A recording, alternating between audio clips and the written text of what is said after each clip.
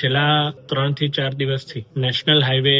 ના જે સાંકડા બ્રિજ છે ત્યાં ખૂબ જ વધારે ટ્રાફિક જામ થઈ રહ્યો છે. જ્યારથી ચોમાસું શરૂ થયું છે ત્યારથી વરસાદના કારણે જે સાંકડા બ્રિજની અંદર જે ખાડા પડતા હોય છે એના કારણે ટ્રાફિક અને ભારદારી વાહનો એ ધીમા પડતા હોય છે અને એના કારણે સર્જાતો ટ્રાફિક જામ એ ગઈકાલે 15 કિલોમીટર સુધી પહોંચ્યો હતો. અત્યાર સુધીમાં 3 વાર જ્યારે વરસાદ રોકાયો છે આ નેશનલ હાઈવેની મરમ્મતનું કામ કરવાનું મેં સૂચન પણ કર્યું છે અને એ કામ થયું પણ છે, પરંતુ હજુ પણ એટલું પ્રભાવી કામ ના દેખાતા માત્ર વડોદરા જ નહીં પરંતુ સમગ્ર ગુજરાતના રાહદારીઓને ખૂબ જ હાલાકી ભોગવવી પડી છે. અને આ બાબતે આજે સંસદ ભવન ખાતે નીતિન ગડકરી જે આપણા જે સડક પરિવહન મંત્રી છે એમને